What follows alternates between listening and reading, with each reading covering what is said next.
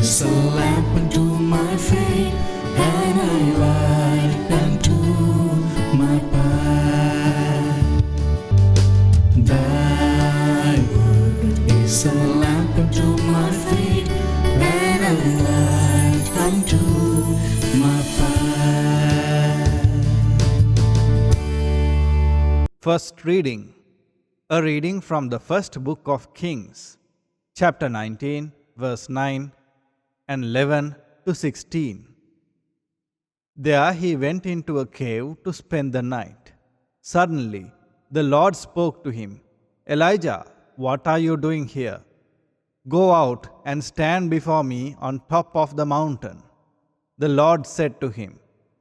Then the Lord passed by and sent a furious wind that split the hills and shattered the rocks. But the Lord was not in the wind. The winds stopped blowing, and then there was an earthquake. But the Lord was not in the earthquake. After the earthquake there was a fire, but the Lord was not in the fire. And after the fire there was the soft whisper of a voice. When Elijah heard it, he covered his face with his cloak and went out and stood at the entrance of the cave. A voice said to him, "Elijah, what are you doing here?" He answered, "Lord God Almighty, I have always served you, you alone. But the people of Israel have broken their covenant with you, torn down your altars, and killed all your prophets. I am the only one left, and they are trying to kill me." The Lord said, "Return to the wilderness near Damascus. Then enter the city and anoint Hazael as king of Syria. Anoint Jehu, son of Nimshi, as king of Israel. And anoint Elisha, son of Shaphat, from Abel Meholah, to succeed you as prophet." The word of the Lord.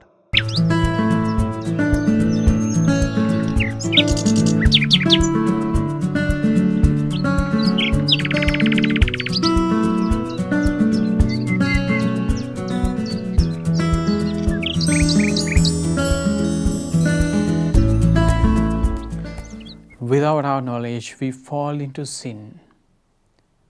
Without our knowledge, Satan takes our eyes, our ears away from the Lord, and we get lost in this world. Today, Jesus invites you and me to be conscious of what we think, what we say, and what we do. A reading from the Holy Gospel according to St. Matthew. You have heard that it was said, "Do not commit adultery." But I tell you, anyone who looks at a woman and wants to possess her is guilty of committing adultery with her in his heart.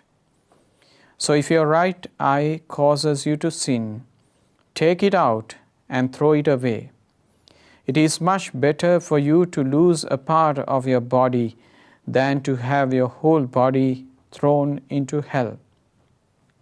If your right hand causes you to sin, cut it off and throw it away. It is much better for you to lose one of your limbs than to have your whole body go off to hell. It was also said, "Anyone who divorces his wife must give her a written notice of divorce." But now I tell you, if a man divorces his wife for any cause other than her unfaithfulness, then he is guilty of making her commit adultery. If she marries again, and the man who marries her commits adultery also.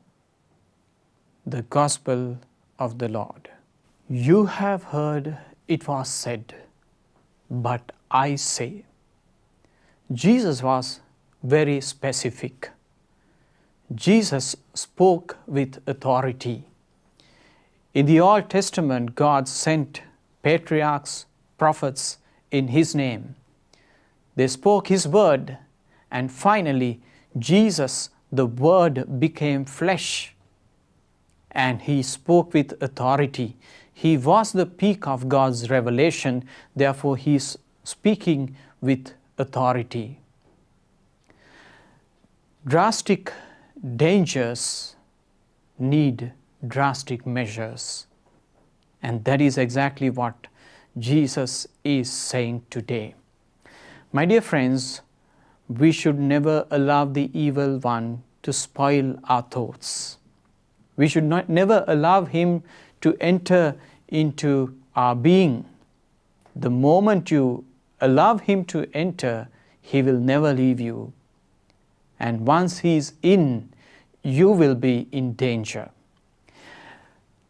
Now these days, medical science is so advanced, we know sometimes in order to save someone's life, limbs are amputated, certain body parts are removed because doctors, surgeons are interested in the well-being of the person, not a part of a body. And that is exactly what Jesus is saying today in the gospel. Jesus knew this 2000 years ago, removing a part in order to protect the body. He is saying we should not allow the evil one to ruin even a single part of our body.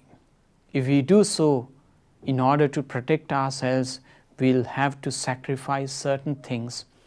You can't play with fire. If you play with fire, you are in danger, and the lives of those around you are also in danger. And if you play, you will get burnt, and others will also experience the same.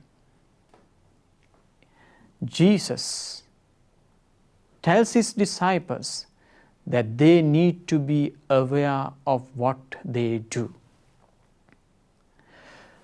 In the Old Testament, actions were judged. Actions were defined either as good or evil. Jesus is going beyond that, and Jesus is inviting us to go to the core of our being. Go to the center of your heart. Go to the very center of your mind. If there is any evil thought in your heart or mind, you need to remove it completely. Never allow it to grow in your heart or in your mind. It's very important that we obey what Jesus says. If you obey him, and if you give him your heart, your mind completely, you will enjoy eternal bliss here on earth. Sri Wachanayano